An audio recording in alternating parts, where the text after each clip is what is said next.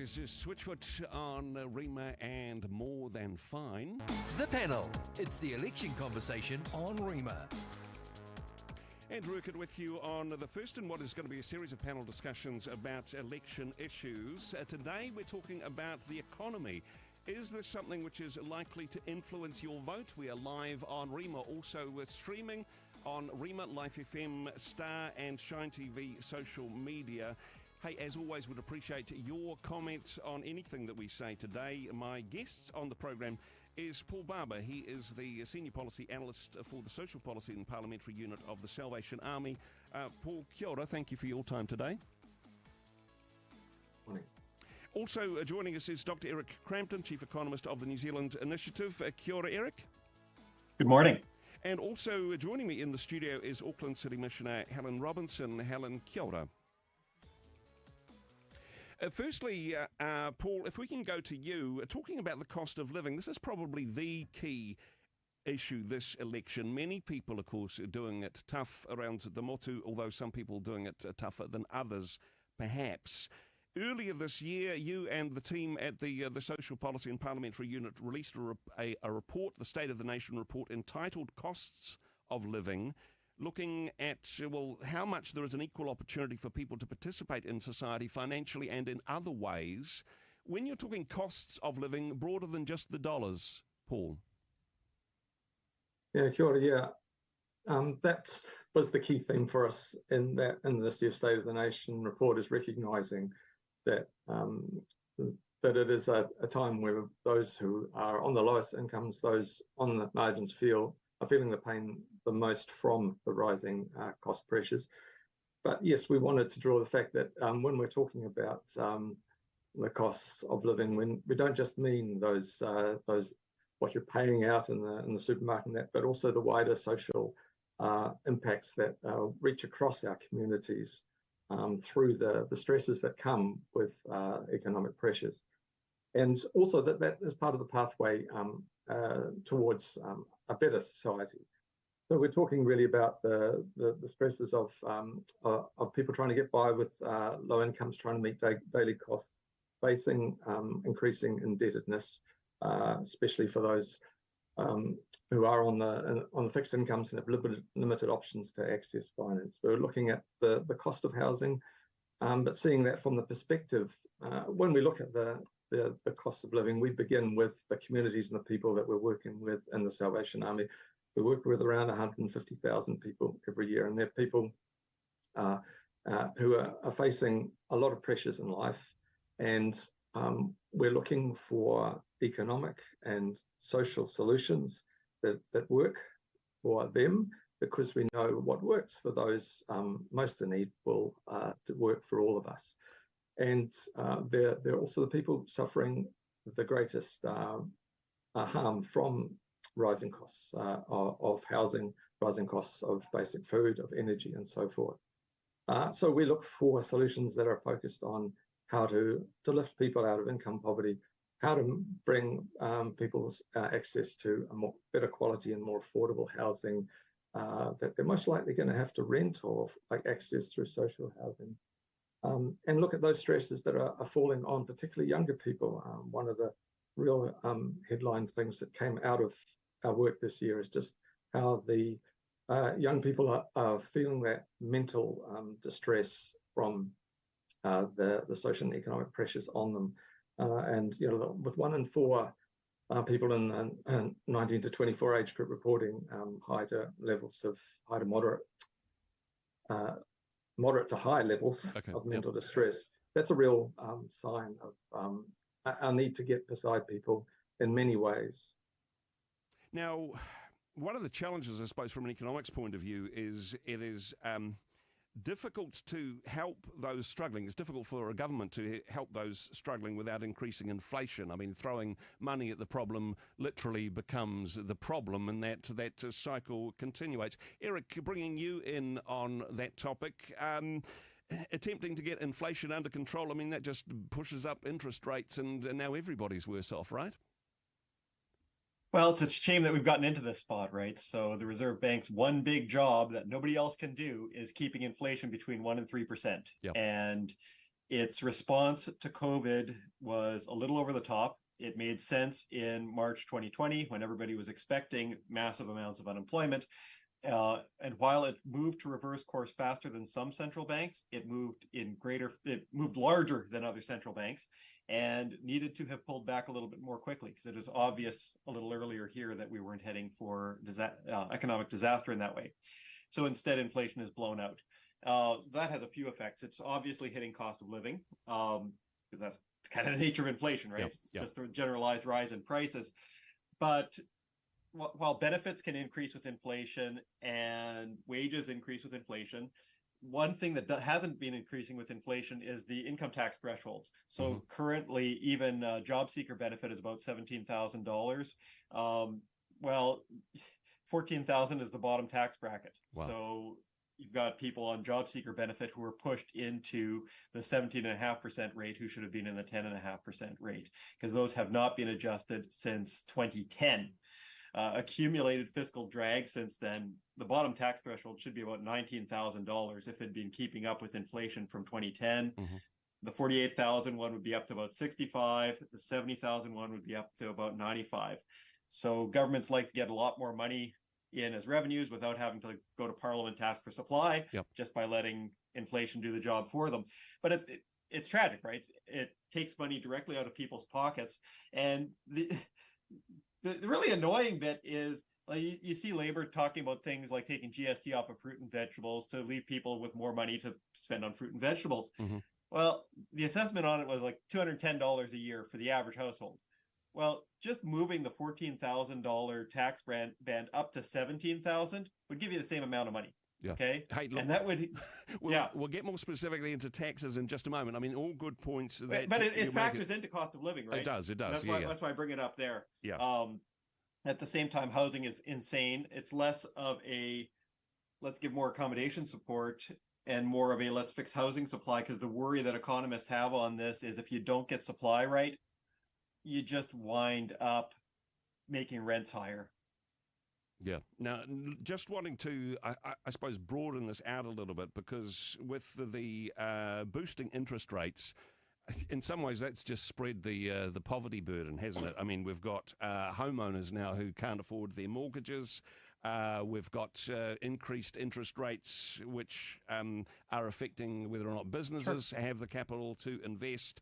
Technically, we're in a recession, but honestly, is that working? Is a technical recession what it needs to turn the economy around, to take the gas pedal off the cost of living crisis that we have?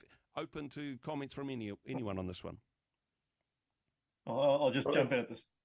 The whole point of policy is to reduce aggregate demand, right? So the economy has been overheated. We have too much money chasing after too few goods. Pulling back on some of that demand, both by having the central government pull back on spending, would be nice, but that's the whole job of the Reserve Bank, right? Getting everybody to spend less because there are fewer goods in the out and about than there is money chasing after it. So that's policy doing what it has to, given the prior failures. Paul, you wanted to comment on that as well? Yeah, I think we've got to be really careful that some of the cures that are being talked about are worse than the disease, and one of the facts that we have to recognise is that if we are talking about some of the inflationary pressures, it's been about a deliberate attempt to engineer a recession, because a recession is deemed somehow to be good for the economy. Well, when we look at the economy from the point of view of those that are working with the Salvation Army, we say, well, a recession means more unemployment. That means more people in hardship.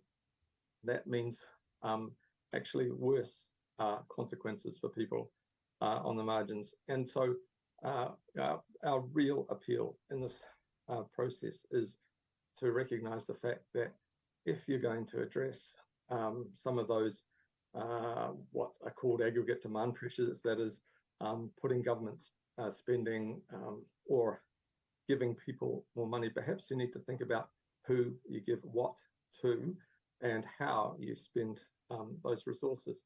And at this point in time, we would be arguing we're still not doing enough to lift people out of poverty. We're not doing enough Yeah, Helen, to what do reduce hardship. Thank you, Helen, wanting to bring you in here. So thank you for your patience. Yeah. It's all right. Just a really genuine, good question that I'm often asking is who is not at the table, or actually who is suffering or bearing the burden of the decisions that our greater society, including our government, are making. Mm-hmm. And it's pretty clear that that burden is not spread evenly or fairly or justly. Paul has mentioned a number of groups already this morning. We certainly know the reality that women bear the burden of poverty in our society, and particularly Māori and Pacific women, and particularly women raising children alone. So whatever answer we as a country come to is actually a plea really on behalf of the mission to many people in our country, is to actually say, how can we create a society where everybody participates, where the suffering is actually not a kind of suffering that leads to people literally being starving or literally being excluded from, in real terms, from education, or who are literally in emergency housing for a long time. I mean, it's okay to talk about tax breaks for the squeezed middle, as it were, but is that ethically justifiable when people at the lower levels are being crushed with child poverty and homelessness issues there? Just a question on this one more broadly, and Eric will get back to you to finish this section before we go to the break. In terms of lower level, income and benefits, is it keeping pace with inflation? Okay, there's a lot of pain around. Is it being shared equitably, in your opinion, Helen? Absolutely not. And I think I'd ask a deeper question that says, particularly in terms of benefit levels, are they enough? Okay. There is multiple repeated evidence happening across our country, across years, that is saying that our benefit levels are not enough for people to live on. So by definition of receiving a benefit, you are going to be hungry, you are going to be excluded, you are not going to be able to participate fully within our society. Eric, did you want to jump in on that before we go to the break? Well, just getting a few of the stats in here. So first up, we have talked a little bit about recession, but remember that employment rates right now and for the past year have been at or near highs that haven't been seen for 40 years. Yeah. If you go through the data, you do not see employment rates as high as they are now for 4 decades. I mean, that's a great thing, but is the cost inflation? But what it means is we have unsustainably high employment rates. Mm-hmm. So we're revving the engine above its capacity, and it'll blow out if we let it keep running this high. All right. So it's not trying to engineer a recession. If the government gets this right, if the Reserve Bank gets it right, they're trying to get a soft landing where you get down to sort of the natural rate of unemployment rather than engineering a recession. If we also look at the child poverty statistics, agree that it's terrible, but it's down on 2019. So if you look at material hardship, it's down. The number of children in material hardship is lower than it was in 2019. We shouldn't lose sight of the underlying stats here. We can say that like it's bad relative to some ideal point, but it's not some worsening thing. It's no worse than it was in 2019, and the numbers show that it's better.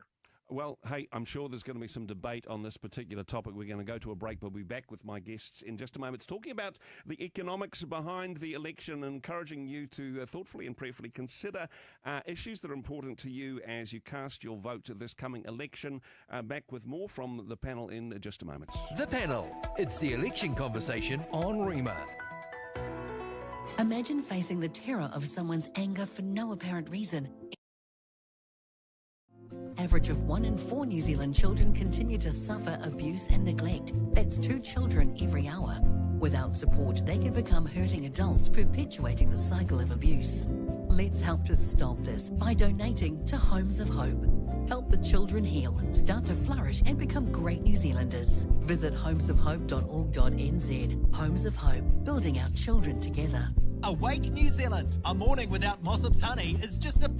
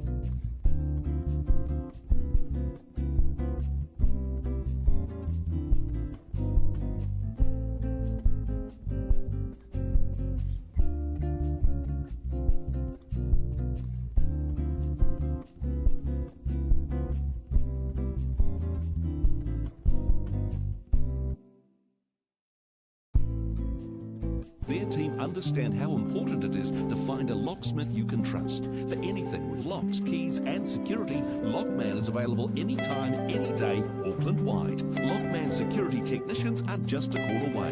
Call Auckland's mobile locksmith, Lockman, 0800 562 593. I lost my hair at the end of November. It felt like everything was going wrong. Every week.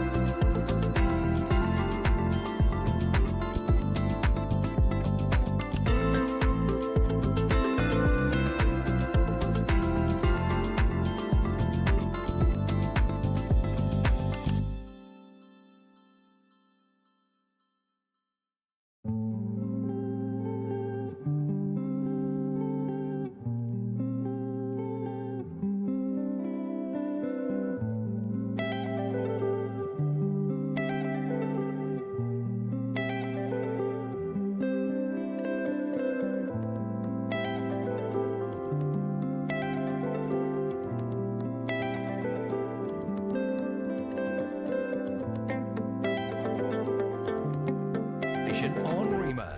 Andrew Urquhart with you on the program today, talking the economy and in particular whether or not this is an area which will influence the way in which you vote.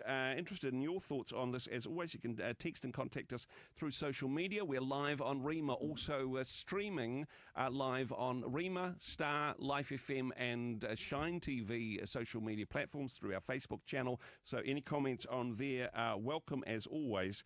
My guests on the program, Auckland City Missioner Helen Robinson. In the studio with me, we have Paul Barber from the Social Policy and Parliamentary Unit of the Salvation Army. He joins us by Zoom, and also Dr. Eric Crampton, Chief Economist of the New Zealand Initiative. Thank you, guys, again for your time. Eric, starting with you this time and wanting to talk taxes, because honestly, all other government policy rests on this issue. Whatever is promised in these campaigns, they're going to have to pay for it somehow, and that involves taking money off good people like you and me. Increasing taxes, honestly, this is a political suicide, even if it's an economic necessity. Would you agree? I'm not sure it's an economic necessity. It's an economic necessity relative to current levels of government spending because, well, they're spending more than they're taking in tax. Yep. But you have to wonder about current levels of spending. If you go back to even in 2019, if you remember, that was the well-being budget campaign. Everybody thought that this budget that was filled with flowers and lovely things was going to save the world, solve every problem there was. That budget was projecting that the government in 2023 was going to be spending 28.8% of GDP. Okay. Actual spend from the budget update in 2023 was 32.5. Okay.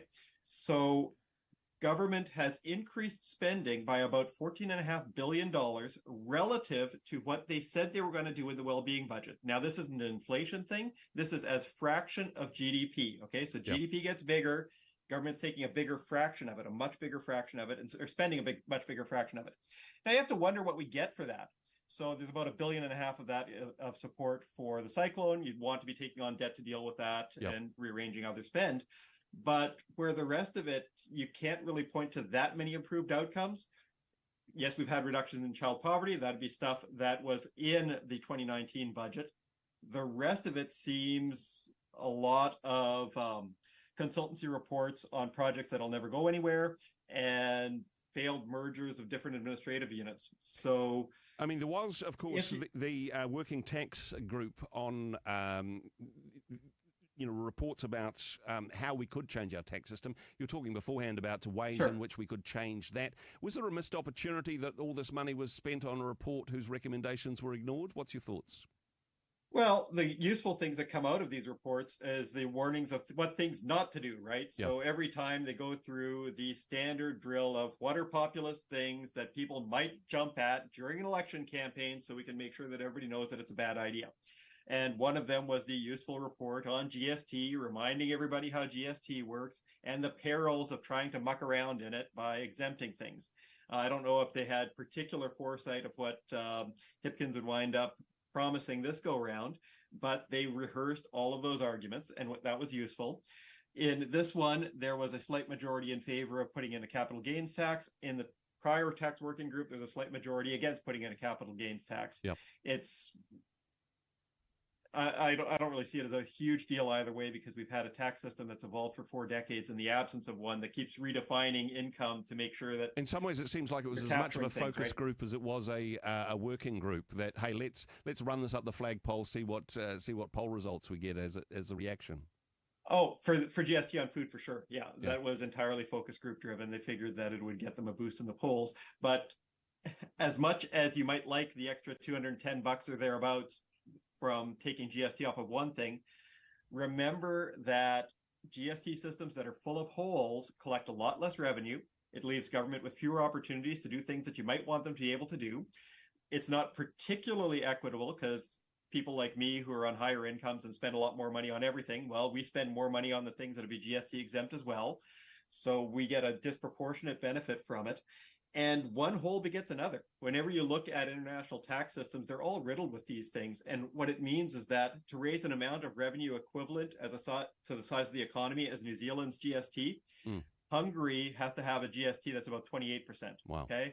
They raise about as much money through their GST as we raise through ours, but at a much higher rate because they've got all these silly exemptions through it. It's great for the lawyers and accountants who, well, have to waste their lives arguing the cost. And hey, lawyers and economists and accountants are part of the economy too, so no judgment there. Helen, wanting to bring you in on this one. I mean, cheaper food, particularly cheaper healthy foods. I mean, you're involved with your team running one of the largest food banks in the country.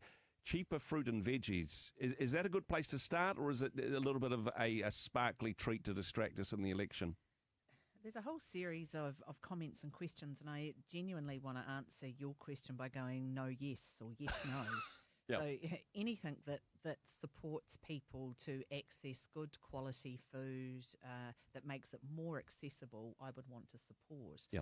The reality is that the people that we are dealing with, so we have 50,000 families or 50,000 food parcels we distributed in the last financial year. Every one of those feeds a family of 4 for 3 meals for 4 days. So we're talking hundreds of thousands of people here in Auckland who don't have enough money for food. That the families who are coming to us, who are predominantly, again, single women raising children alone, have $20 or $30 a week to provide food for a family of 3 or 4. So the removal of GST on food on one level is great, but actually this is not going to feed a family that is genuinely hungry. Slightly problematic at all, removing it from perishable goods with variable pricing on it. It's going to be ridiculous to even manage, really, isn't it? And incredibly complex. Now, what I do want to affirm is that it's raising in our national consciousness and understanding that hundreds of thousands of us, and we believe about 20% of New Zealand, does not have access to enough money for food. Yeah. So what actually are we going to do as a country to ensure that all of us are fed well, sustainably, and deep into our future? Look, I wanted to ask you another question in particular about, I suppose, the mood of the nation as you see it, because as we mentioned at the beginning, for a lot of people we are doing it tough, although perhaps some more than others. You are, of course, a charitable organisation based on philanthropy as well as a bit of government funding, but do you feel that there's a public mood to be more generous to those who are perhaps on lower levels of poverty, even given the impact of the cost of living crisis on the squeezed middle, as it were? Or honestly, is it more, hey, we've got to look after our own interests now? What's your experience? New Zealand is a funny culture. I often experience it as many things happening at once. So one of the privileges I have of being part of the mission is I literally get to see the generosity and compassion, particularly of Auckland, but New Zealand more broadly, on a daily, if not hourly basis, very, very genuinely. And in my 10 years at the mission, I have not seen a drop in that sense of generosity. Wow. And I'm incredibly proud of us for that. In the same instance, on a daily basis, I experience a vitriol and judgment against people who are suffering deeply. We condemn people to poverty, and then, importantly, we condemn them for being poor. Yeah. So there is something in our psyche that says you are a bad person, you are morally bad, because you are daring to raise 3 children alone. Therefore, the reality of the work of raising children means you can't be in paid employment. And for that fact, we're going to pay you so little that you and your children are going to starve. Yeah. What does that actually say about us as a society? So the generosity and the compassion is part of who we are, but vitriol and judgment is also sadly part of who we are. Paul, wanting to bring you in this one because, again, a charitable organisation dependent on philanthropy to an extent. The vitriol goes the other way as well, and I know for a lot of people there's this big campaign, look, tax the rich, they've got so much money. Is this just envy politics in your point of view, or is there a case for more tax for the wealthiest New Zealanders? What's your view? Well, I think you've got to close that kind of circle that Eric was talking about, that links to and link that to what Helen's talking about and where we're coming from in this. The revenue that we gather through tax is about doing things together as a country that we can't do on our own. So Eric seems to manage to miss out the fact that most of what government spends is on, the biggest single amount government spends is on New Zealand superannuation to support people in their older age. The next couple biggest things are in our health system and our education system. Actually, our welfare system is comparatively small in comparison to those areas. Those things are crucial to our health system has been absolutely crucial throughout the COVID time. And we've learned out of that looking after people, looking after those who are in need, is what the foundation for what makes our economy and our country work. Therefore, if we need to gather that revenue, it's really important to have a good discussion about how we gather that revenue. And talking about income tax and GST misses the whole area that was addressed by the most recent work on tax in New Zealand, that looked at the capacity of those, the wealthiest amongst us, to have a fair share of the necessary revenue gathering. So yeah, if we want to look after those who are most in need, and we have a whole bunch of people who really still need more support, Eric's right, we've reduced child poverty in New Zealand precisely because we've used government revenue to lift the incomes of those who are most in need, and that's the 210,000 children in welfare households, for instance. We have been fortunate to have high employment, low unemployment, and to suggest that the fact that we've still got 100,000 people registered unemployment, a couple of 100,000 who would like a job but can't get one, to say that's too many people employed, we've got not enough unemployed, I find that a really bit of a sad indictment of how we approach our economics. Yeah. So we really need to think pretty hard about who pays the cost and who can make a better contribution to our collective well-being. And I think it's a very good question to ask of those wealthiest amongst us. Indeed, some have already said they would like to see some form of wealth tax, and particularly could be about rebalancing our tax system away from its dependence on GST, its dependence on income tax on the middle, and ask those who have the most to step up and share more. Now, just as we wrap up this section, Eric, if I'm just wanting to do a quick fire round, if that's okay, and then we're going to go to a break and have our final session together. But just I've got a range of different tax policies that different parties are saying, hey, here's our idea of what we could do to change the tax system. Now, from each of you, for each of these tax ideas, I'm wanting a yes or no, a thumbs up or a thumbs down, or as briefly as possible so we can get through the list. Does that sound all right? Eric, starting with you, taking GST off fruit and veggies, yes or no? Horrible idea. Helen? Let's do something else with it. Okay, and Paul? It's not the best way to do it. Okay, to I think that's that's an epic round of fail. Taxing the super rich. Now, whether this is capital gains tax or a wealth tax, yes or no? Helen, we'll start with you this time. Absolutely, we'll support a better wealth distribution. Eric? No, the tax balance is already towards the higher income. We could have a productive conversation sometime about a land tax, but generalized wealth taxes, no. And Paul? We definitely feel a wealth tax is something we need to really discuss as a country and really think hard about how to do it. Okay, next one. Foreign investors and multinational companies, should we increase the tax on them? Eric, starting with you this time. Only through a multilateral process, not going out on our own, only through the OECD. Okay, and Paul, any comments on that? What kind of tax are you talking about here? Taxing foreign investors and multinational companies who trade in New Zealand. This is, essentially National's tax policy pushed a lot in this direction. And Labour's. Well, yeah. I think that there's definitely a need for a fairness in that approach. Yeah, so I guess there is a need to work something out. But I think what we may be talking about two different things. I think here, because there's the whole international tax process of having a consistent rate internationally, or the specific tax that's being proposed by the National Party on foreign property buyers. I'm not. Yeah. They're two different things. Sorry, there's too broad a principle. Helen, do you...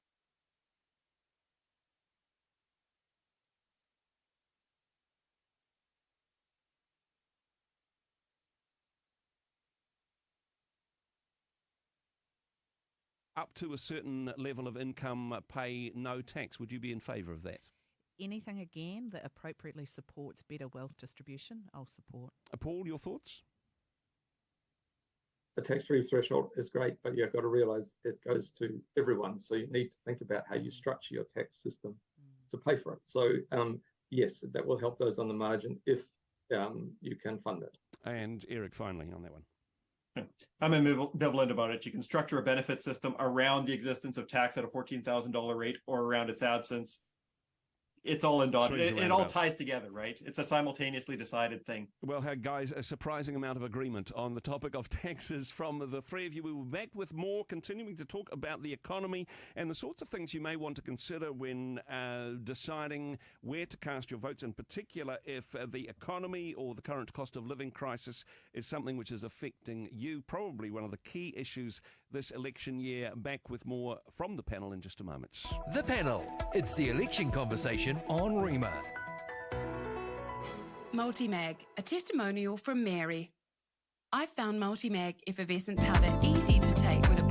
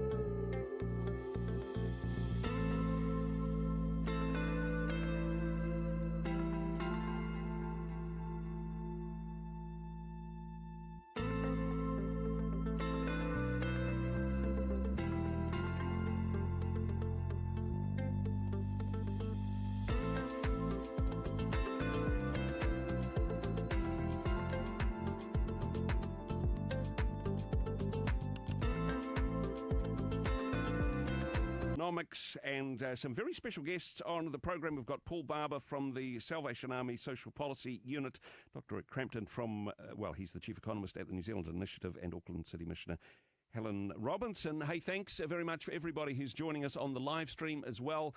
You can, of course, put your comments or questions there, live streaming on Rima, Star, Life FM and Shine TV, and, of course, broadcasting live on Rima as well.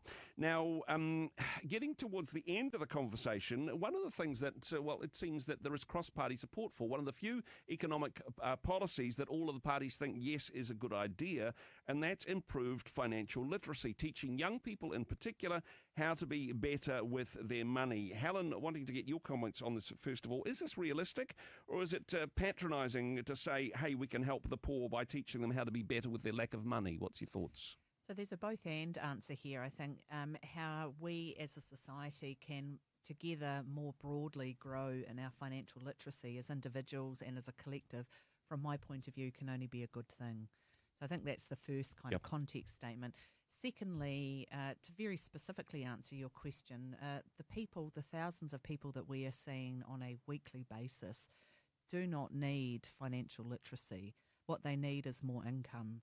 This is very, very clearly a game of income and against expenditure. And if your expenditure is more than your income, this is not about budgeting or literacy. Then the only kind of codicil or separate point that I would put to that is that we have created systems all over that are highly legalistic. Yep. And when you are in a space or an environment where you literally over time do not have enough money, it is always a good thing to get help.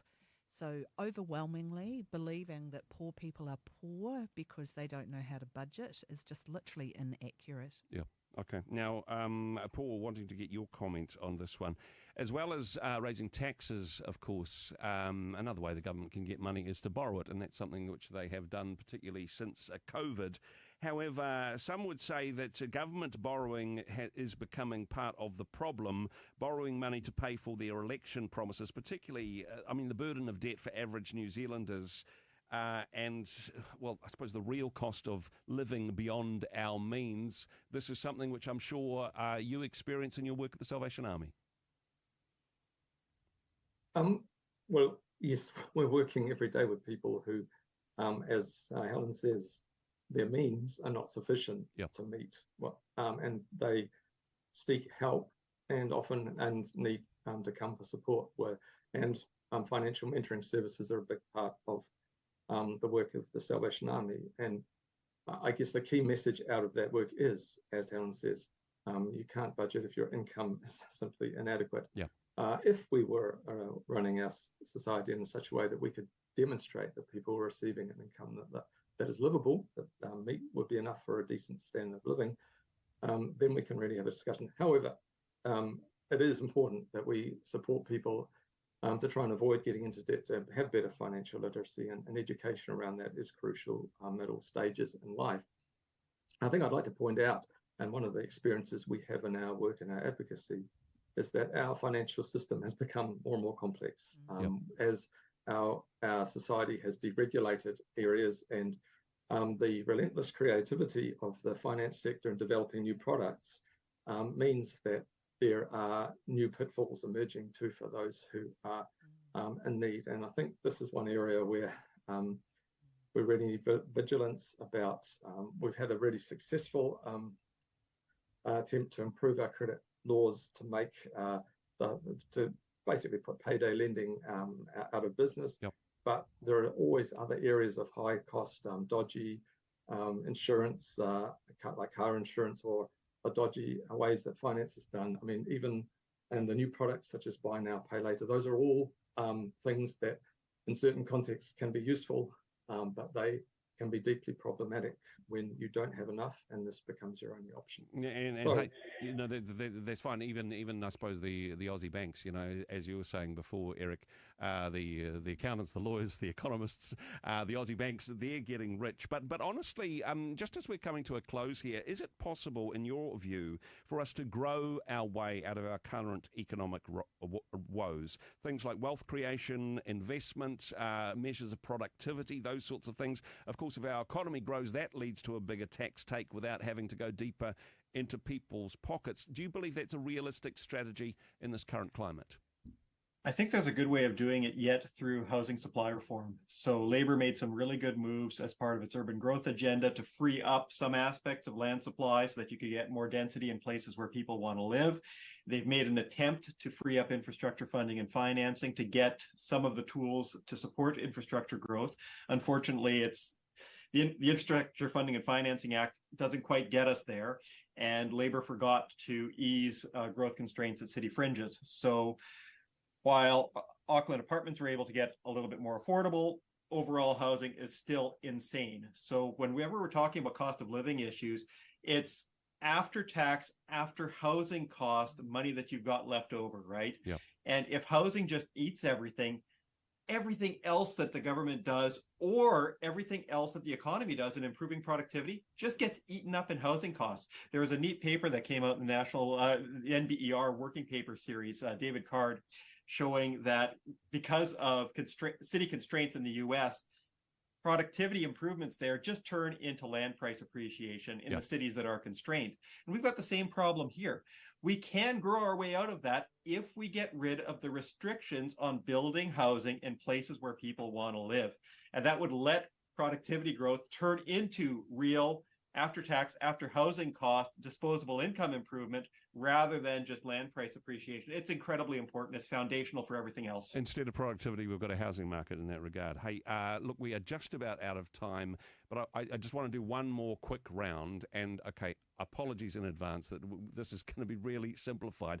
But from each of you, what I would like is what you believe is the one key economic issue, the most important economic issue that people should consider when deciding who to vote for. Helen, could we start with you? Housing. Housing. Eric? Housing. And Paul? You don't have to say housing. We're a wealthy country. We can afford to look after everyone in this country. And the one thing we need to think about is making sure that everyone has a livable income in this country. Guys, really appreciate your comments, your wisdom, your insight on what has been a complicated matter, and thank you for bearing with me as we've played hopscotch on the economic minefield and tried to cover a wide range of information in a short period of time. I do know that this will be helpful to our listeners in terms of helping them to make an informed and prayerful decision. As we go to the polls, we get to have our say. Hey, we may not be economists or financial experts, but we are, of course, impacted by the economic policies of, the next government of Aotearoa, New Zealand. Thank you so much for the work that you do. Eric, you mentioned off air beforehand, if people wanted to go a little bit deeper into some of the stats and information, and Paul, I know that you guys have got some information on this as well, but if you guys wanted to share web resources, where can people go to find out more? Everything that we have is on our website. I'd also encourage checking the child poverty stats either with the Salvation Army or with Stats New Zealand. Just go to the SNZ website and look up child poverty. You can get the material deprivation figures right there. And of course, Paul, salvationarmy.org.nz. There's a whole bunch of the key issues and policy areas that you and your team have unpacked. Guys, again, thank you once again for being on the program. Thanks for being on the panel today. Thank you for having us. Thank you. Thanks, Andrew. The Panel. It's the election conversation on Rima.